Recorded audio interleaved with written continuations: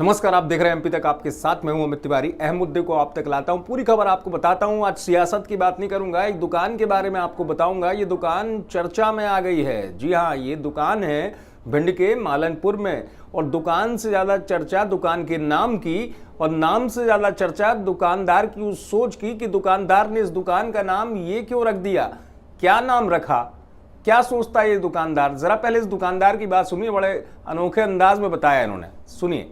कहीं मेरी ज़िंदगी से जुड़ा हुआ ये क्वेश्चन मार्क है, और लोग भी इस चीज़ का सवाल मेरे से करते हैं, पर मैं आज इस चीज़ के बारे में लोगों को बताना चाहता हूँ इस माध्यम से कि जो बेवफा नाम है, हम उसे एक गलत नज़रिए से देखते हैं और एक गलत टाइप से देखते हैं। पर मैं आपको बताना चाहता हूँ, बेवफा हम उसे कहते हैं जिससे वफा करते हैं, जिससे मोहब्बत करते हैं, जिसके बिना रह नहीं सकते हैं, कहीं ना कहीं कस्में भी खाते हैं, वादे करते हैं, और एक वक्त आता है हम छोड़ के चले जाते हैं एक दूसरे को, फिर हम उसे बेवफा कहने लगते हैं। तो कहीं ना कहीं मैं लोगों के लिए एक मैसेज डालना चाहता हूँ कि अगर वो आपसे दूर है या अलग है, तो ये मतलब तो नहीं है कि आपकी मोहब्बत में कमजोरी आ गई है या आप उससे अलग हैं, पर मैं आज भी कहीं ना कहीं उसे जोड़ के रखना चाहता हूँ और अपने आप से टच में रखना चाहता हूँ। तो मैंने उसे नाम दे दिया बेवफा, और कोई मेरा मेन मोटो नहीं है।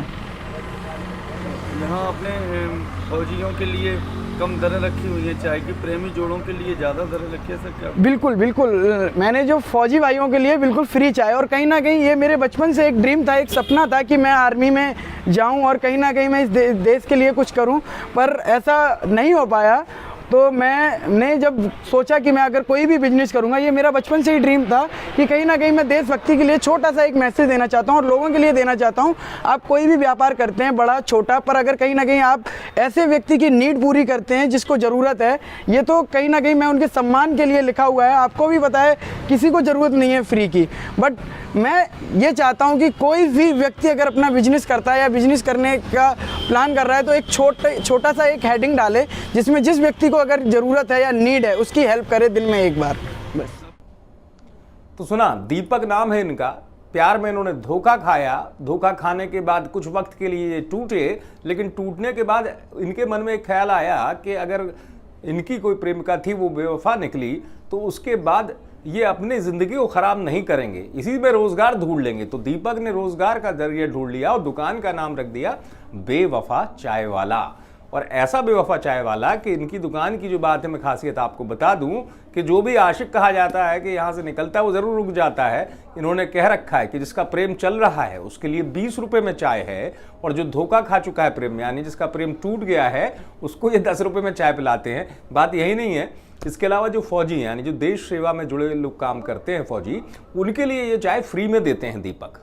तो दीपक की अनोखी सोच है जो कि चर्चा का विषय बनी हुई है। वास्तव में होता यही है कि दीपक ने अपने प्यार में जिस तरीके से उनको धोखा मिला, उसको उन्होंने ऐसे लिया कि वो टूटे नहीं। उन्होंने सोचा कि इसके बाद ज़िंदगी में रास्ता तलाश करूँगा, रोज़गार अब इसी तरीके से करूँगा कि जिसमें प्यार के धोखे का जिक्र भी हो, और दुकान भी चलाऊँगा, वो भी कुछ अलग अंदाज में। तो दीपक वो ऐसे युवा निकले जिन्होंने दुकान का ही नाम रख दिया बेवफा चाय वाला। और आपको बता दूं कि भिंड के मालनपुर में जो ये दुकान है, ये वाकई चर्चा का विषय है। चर्चा का विषय इसलिए कि इस दुकान का नाम जो कोई देखता है, इस दुकान के सामने आके रुक जाता है और चाय ज़रूर पीता है।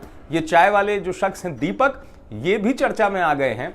वजह ही साफ है, कहा जाता है ना कि मोहब्बत में टूटने के बाद आदमी टूट जाता है, ज़िंदगी में कई और दूसरे तरीके के कदम उठा लेता है, लेकिन दीपक ने यह काम नहीं किया। दीपक ने दुकान का ही नाम रख दिया बेवफा चाय वाला, और ऐसी अनोखी दुकान जिसमें प्रेमियों के लिए चाय किस तरीके से इन्होंने सस्ती कर दी, ये भी अपने आप में चर्चा का विषय बन गई। और फौजियों को फ्री में चाय पिलाते हैं। देखिए कमाल की बात, देश सेवा का भाव भी है, मोहब्बत भी कायम है, और उसके बाद दीपक ये भी कहते हैं कि उन्हें शिकायत नहीं कि उनकी प्रेमिका ने उनको धोखा दिया। वो तो अपने प्रेम को खूबसूरती से याद कर लेते हैं इस दुकान के माध्यम से, दुकान चलाते चलाते हुए।